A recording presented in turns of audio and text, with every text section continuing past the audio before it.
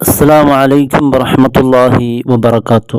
ദുരന്തങ്ങൾ കഴിഞ്ഞ് മാസങ്ങൾ പിന്നിട്ടാലും ഇന്നും വേദനകളും സങ്കടങ്ങളും മാറാത്ത ദുഃഖങ്ങളുമായി അവിടുത്തെ കുടുംബങ്ങൾ തൻ്റെ ഉറ്റവർ ഉടയവർക്ക് വേണ്ടി തെരച്ചിൽ നിർത്തിയിട്ടില്ല. വയനാട് മുണ്ടക്കയിൽ നടന്ന ഉരുൾപൊട്ടൽ കണ്ട ഓരോ കാഴ്ചകളും വളരെ ഞെട്ടലോടുകൂടിയാണ് ലോകം തന്നെ വീക്ഷിച്ചുകൊണ്ടിരുന്നത്. ഇന്നും തൻ്റെ ഉറ്റവരാരാണ്, ഉടയവരാണ്, ശരീരത്തിൻ്റെ ഓരോ ഭാഗങ്ങളും കിട്ടുമ്പോൾ ഇതാരുടേതാണ് എന്ന് തിരിച്ചറിയാൻ പോലും അറിയാത്ത എല്ലാ ശരീരം അവരെ മറമാടുമ്പോൾ ഓരോ നമ്പറുകളായിരുന്നു അവിടെ ഇട്ടിരുന്നത്. മീസാൻ കല്ലിന് പകരം നമ്പറുകളാണ്. ഈ നമ്പറുകൾ ഇടാനുള്ള കാരണം ആരാണെന്ന് തിരിച്ചറിയുന്നില്ല.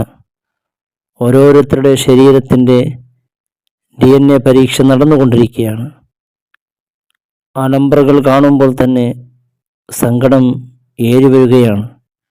കാരണം കൃത്യമായി വിവരങ്ങളൊന്നും കിട്ടാതെ ഓരോരുത്തരും പ്രയാസപ്പെടുമ്പോൾ ആ ഖബറിൽ കണ്ട അത്ഭുത കാഴ്ചകളാണ് ഇന്ന് നാം സംസാരിക്കുന്നത്. തീർച്ചയായും മരണമെന്നുള്ളത് ഒരു മനുഷ്യൻ എങ്ങനെയാണോ അള്ളാഹു വിധിച്ചതെന്നറിയില്ല. മനുഷ്യൻ മരണപ്പെടും, എപ്പോഴെന്നറിയില്ല. റൂഹ് പിടിക്കുന്ന ജോലി തന്നെ അസ്രായിൽ പോലും വിലക്കിയതാണ്. എനിക്ക് വേണ്ട റബ്ബേ, കാരണം അതുകൊണ്ട് ഒരുപാട് ആളുകളുടെ ആക്ഷേപങ്ങൾ നാം കേൾക്കേണ്ടി വരും. അതുകൊണ്ട് റൂഹ് പിടിക്കുന്ന ഉത്തരവാദിത്യം ഞാൻ ഏറ്റെടുക്കില്ല എന്ന് പറഞ്ഞു. അപ്പോൾ അല്ലാഹു റബ്ബ് സുബ്ഹാനഹു തആല പറഞ്ഞത്, ജിബ്രീലെ, അതിനൊന്നും പേടിക്കണ്ട, നിന്നെ ആരും കുറ്റം പറയില്ല. അള്ളാഹുവിൻ്റെ തീരുമാനങ്ങളാണ് ഇവിടെ നടക്കുന്നത്. വയനാട്ടിൽ നടന്ന ഉരുൾപൊട്ട് പലതും ഓരോ മരണത്തിനും ഓരോ കാരണങ്ങളുണ്ടാവും. ജനങ്ങളൊരിക്കലും അസ്രായിലിനെ കുറിച്ചായുള്ള സംസാരം അവരെ കാരണങ്ങളെക്കുറിച്ചായിരിക്കും. അപകടങ്ങളായിരിക്കും,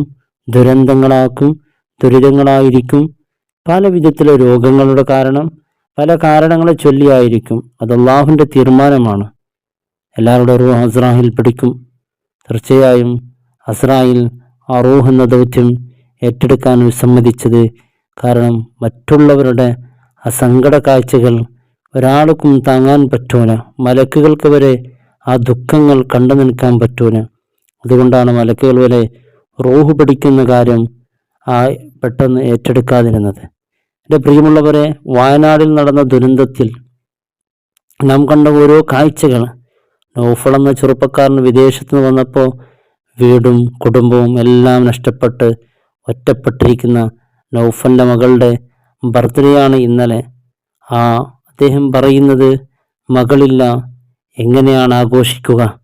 സുബ്ഹാനല്ലാഹ്, എത്ര ദുരന്ത അനുഭവങ്ങൾ, ദുരന്ത കഥകളാണ് ആ വയനാടിൻ്റെ ആ ദുരന്ത ഭൂമിക്ക് പറയാനുള്ളത്. ഇന്ന് അത്ഭുതപ്പെടുത്തുന്നത്, ഓരോ ഖബറിലും ഓരോ നമ്പറുകളായിരുന്നുവല്ലോ.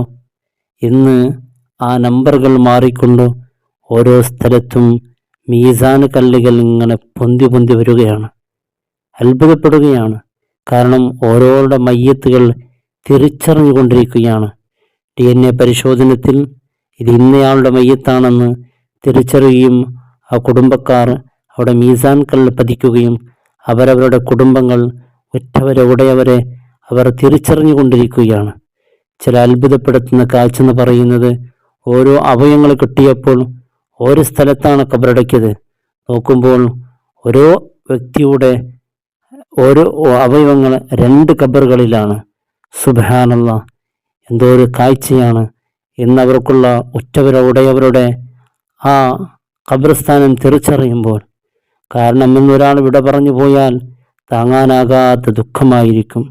എന്നാലും അവർ ഇന്ന സ്ഥലത്ത് ഖബറിൻ്റെ ഉള്ളിലുണ്ട് എന്ന് പറയുമ്പോൾ ചെറിയൊരു ആശ്വാസം. അവിടെ പോയി നമുക്ക് ഒരു ഫാത്തിഹ സൂറത്തെങ്കിലും ഓതി അതിയാ ചെയ്യാൻ ഒരു സ്ഥലമുണ്ടല്ലോ. ഇത് സ്ഥലം പോലുമില്ലെങ്കിലോ, ഖബർ പോലുമില്ലെങ്കിലോ ആ കുടുംബത്തിൻ്റെ ദുഃഖങ്ങൾ എത്ര വലുതായിരിക്കുമെന്ന് ഊഹിക്കാനേ ഉള്ളൂ. അൽഹംദുലില്ലാഹ്, ഇന്ന് ഓരോ ഖബറാളികളുടെ ആ നമ്പറുകൾ മാറ്റിക്കൊണ്ട് അവിടെ മീസാൻ കല്ലുകൾ ഇങ്ങനെ പൊന്തി വരുന്ന ദൃശ്യമാണ്.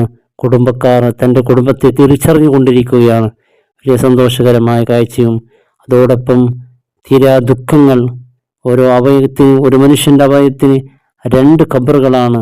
കാരണം ഓരോ അവയവങ്ങൾ കിട്ടുമ്പോൾ ഓരോ സ്ഥലത്താണ് മറമാടുന്നത്. നോക്കുമ്പോൾ അത് ഒരേ വ്യക്തിയുടെ ശരീരഭാഗങ്ങളായിട്ടാണ് കാണുന്നത്.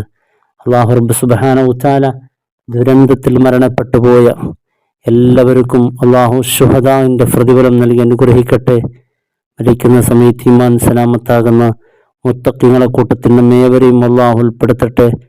ആ ദുരന്തത്തിൽ മരണപ്പെട്ട ആ കുടുംബാദികൾക്ക് ഇത് ക്ഷമിക്കാനും പൊറുക്കാനും സഹിക്കാനുള്ള തൗഫീഖ് അല്ലാഹു നൽകി അനുഗ്രഹിക്കട്ടെ. അസ്സലാമു അലൈക്കും വറഹ്മത്തുള്ളാഹി വബറകാതുഹു.